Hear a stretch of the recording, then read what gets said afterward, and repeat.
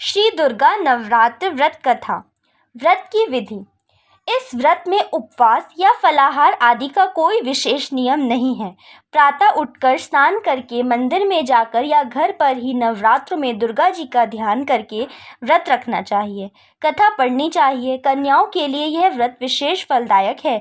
श्री जगदम्बा की कृपा से सब विघ्न दूर होते हैं। कथा के अंत में बारंबार दुर्गा माता तेरी सदा ही जय का उच्चारण करें। कथा प्रारंभ। बृहस्पति जी बोले, हे ब्रह्मा जी, आप अत्यंत बुद्धिमान, सर्वशास्त्र और चारों वेदों को जानने वालों में श्रेष्ठ हो। हे प्रभु, कृपा कर मेरा वचन सुनो। चैत्र, अश्विन, माघ और आषाढ़ के शुक्ल पक्ष में नवरात्र का व्रत और उत्सव क्यों किया जाता है? हे भगवान, इस व्रत का फल क्या है? किस प्रकार करना उचित है? और पहले इस व्रत को किसने किया है? सो विस्तार से कहो। बृहस्पति जी का ऐसा वचन सुनकर ब्रह्मा जी कहने लगे कि हे बृहस्पति, प्राणियों के हित करने की इच्छा से तुमने बहुत अच्छा प्रश्न किया है। जो मनुष्य मनोरथ पूर्ण करने वाली दुर्गा, महादेव, सूर्य और नारायण का ध्यान करते हैं, वे मनुष्य धन्य हैं।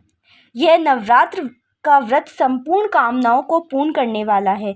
इसके करने से पुत्र चाहने वालों को पुत्र, धन चाहने वालों को धन, विद्या चाहने वालों को विद्या और सुख चाहने वालों को सुख मिल सकता है।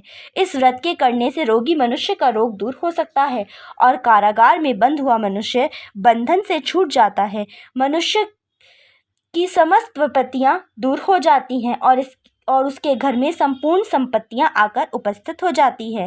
वंध्य और काक वंध्य के इस व्रत को करने से पुत्र पैदा होता है। समस्त पापों को दूर करने वाले इस व्रत को करने से ऐसा कौन सा मनोरथ है जो सिद्ध नहीं हो सकता? जो प्राणी इस अलभ्य मनुष्य देह को पाकर भी नवरात्र का व्रत नहीं करता, वह माता और पिता से हीन हो जाता है, अर्थात उसके माता पिता मर जाते हैं और अनेक दुखों को भोगता है। उसके शरीर में कुष्ठ हो जाता है और अंगहीन हो जाता है। उसके संतानोत्पत्ति नहीं होती। इस प्रकार वह मूर्ख अनेक दुख भोगता है। इस व्रत को ना करने वाला निर्दयी मनुष्य धन और धान्य से रहित होकर भूख और प्यास के मारे पृथ्वी पर घूमता फिरता है और गूंगा हो जाता है। जो साध्वी स्त्री भूल से इस व्रत को नहीं करती, वे पतिहीन होकर नाना प्रकार के दुखों को भोगती है। यदि व्रत करने वाले मनुष्य के सारे दिन का उपवास ना कर सके तो एक समय भोजन करे और इस दिन वांध्य सहित नवरात्र व्रत की कथा का श्रवण करे। हे बृहस्पति, जिसने पहले इस महाव्रत को किया उसका पवित्र इतिहास मैं तुम्हें सुनाता हूँ। तुम सावधान होकर सुनो। इस प्रकार ब्रह्मा जी का वचन सुनकर बृहस्पति जी बोले, हे ब्राह्मण, मनुष्यों का कल्याण करने वाले इस व्रत का इतिहास मेरे लिए कहो। मैं सावधान होकर सुन रहा हूँ। आपकी शरण आए हुए मुझ पर कृपा करो। ब्रह्मा जी बोले, पीठत नामक मनोहर नगर में एक सुनाथ नाम का ब्राह्मण रहता था। वह भगवती दुर्गा का भक्त था। उसके संपूर्ण सद्गुणों से युक्त मानो ब्रह्मा की सबसे पहली रचना हो ऐसी यथार्थ नाम वाली सुमति नाम की एक अत्यंत सुंदर पुत्री पैदा हुई। वह कन्या सुमति अपने पिता के घर बालकपन में अपनी सहेलियों के साथ क्रीड़ा करती हुई इस प्रकार बढ़ने लगी जैसे शुक्ल पक्ष की कला बढ़ती है। उसका पिता प्रतिदिन जब दुर्गा की पूजा करता था तो वह निश्चय रूप से वहां उपस्थित होती थी। पर एक दिन वह सखियों के साथ खेल में लग गई और भगवती की पूजा में उपस्थित होना भूल गई। उसके पिता को पुत्री की ऐसी असावधानी देखकर क्रोध आया और पुत्री से कहने लगा कि हे दुष्ट पुत्री, आज प्रभात से ही तूने भगवती का पूजन नहीं किया। इस कारण मैं किसी कुष्ठी और दरिद्र मनुष्य के साथ तेरा विवाह करूंगा।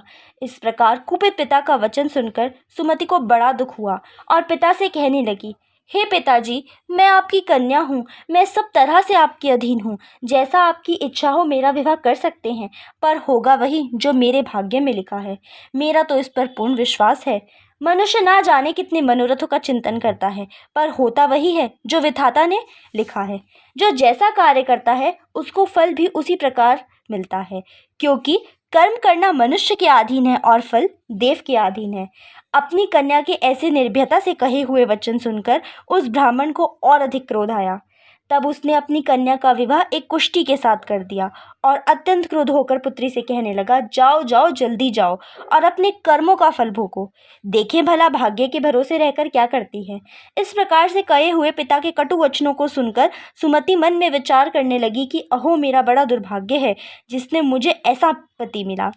इस तरह अपने दुख का विचार करती हुई वह सुमति अपने पति के साथ वन में चली गई और भयावह कुशा युक्त उस स्थान पर उन्होंने वह रात बड़े कष्ट से बिताई। सारी रात वह दंपत्ति भगवती का ध्यान करता रहा। उस गरीब बालिका की ऐसी दशा देखकर भगवती पूर्व पुण्य के प्रताप से प्रकट होकर सुमति से कहने लगी कि हे पुत्री, मैं तुम पर प्रसन्न हूँ।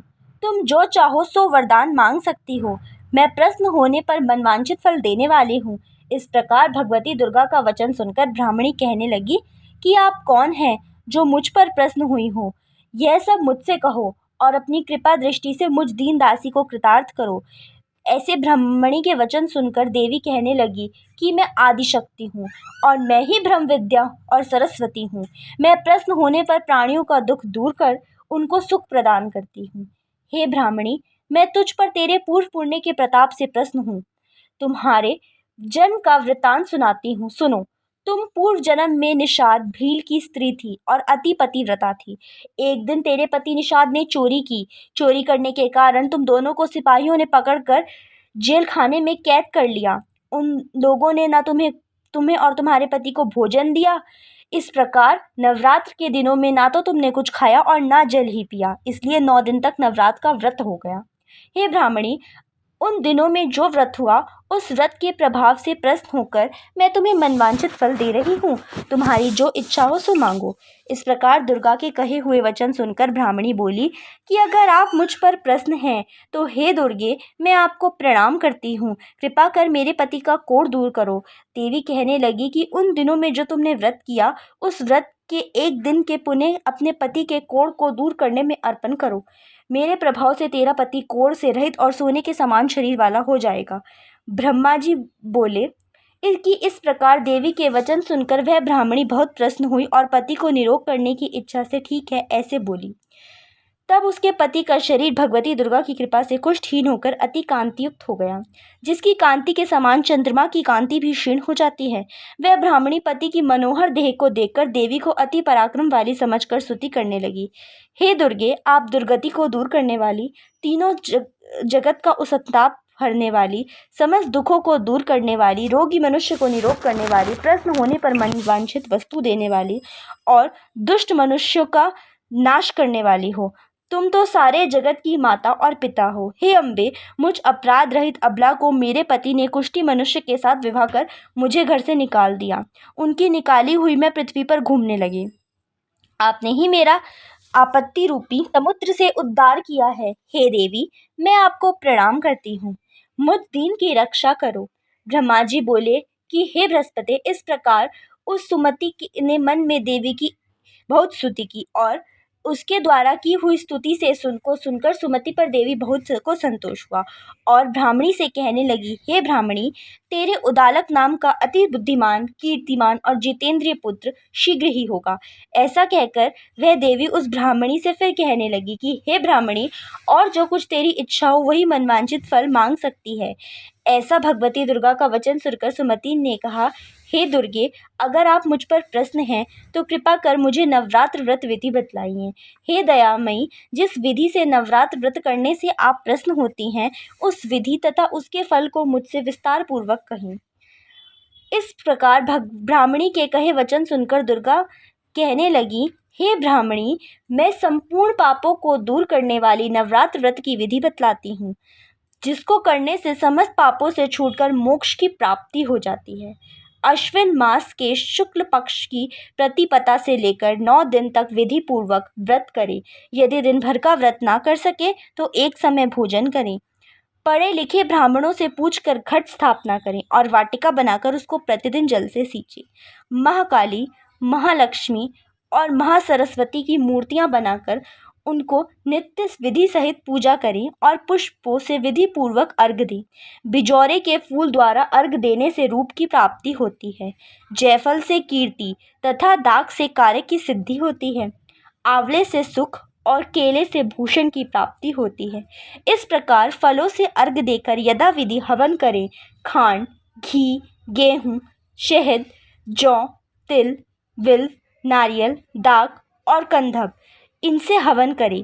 गेहूँ से होम करने से लक्ष्मी की प्राप्ति होती है। खीर तथा चंपा के पुष्पों से धन और पत्तों से तेज एवं सुख की प्राप्ति होती है। आंवले से कीर्ति और केले से पुत्र होवे। कमल से राज सम्मान और दाखों से सुख और संपत्ति की प्राप्ति होती है। खांड, घी, नारियल, शहद, जौ और तिल, इससे तथा फलों से होम करने से मनवांछित वस्तु की प्राप्ति होती है।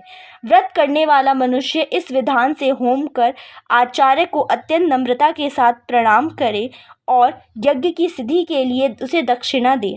इस महाव्रत को पहले बताई हुई विधि के अनुसार जो कोई करता है उसके सब मनोरथ पूर्ण हो जाते हैं। इसमें तनिक भी संशय नहीं है। इन 9 दिनों में जो कुछ दान आदि दिया जाता है उसका करोड़ों गुना फल मिलता है। इस नवरात्र का व्रत करने से ही अश्वमेध यज्ञ का फल मिलता है। हे ब्रह्मा जी, इस संपूर्ण कामनाओं को पूर्ण करने वाले उत्तम व्रत को तीर्थ, मंदिर अथवा घर में ही विधि के अनुसार करें। ब्रह्मा जी बोले, हे बृहस्पति, इस प्रकार ब्राह्मणी को व्रत की विधि और फल बताकर देवी अंतर्ध्यान हो गई। जो पुरुष या स्त्री इस व्रत को भक्ति पूर्वक करता है इस लोक में सुख भोगकर अंत में दुर्लभ मोक्ष को प्राप्त होता है। हे बृहस्पति, यह दुर्लभ व्रत का महत्म मैंने तुम्हारे लिए लाया है। ऐसे ब्रह्मा जी के वचन सुनकर बृहस्पति जी आनंद से रोमांचित हो गए और ब्रह्मा जी से कहने लगे कि हे ब्राह्मण, आपने मुझ पर अति कृपा की जो अमृत के समान इस नवरात्र व्रत का महत्व सुनाया। हे प्रभु, आपके बिना और कौन इस महत्व को सुना सकता है। ऐसे बृहस्पति जी के वचन सुनकर ब्रह्मा जी बोले कि हे बृहस्पति, तुमने सब प्राणियों का हित करने वाले इस अलौकिक व्रत को पूछा, इसलिए तुम धन्य हो। यह भगवती शक्ति संपूर्ण लोकों की पालन करने वाली है। इस महादेवी के प्रभाव को कौन जान सकता है। दुर्गा माता तेरी सदा ही जय। दुर्गा माता तेरी सदा ही जय।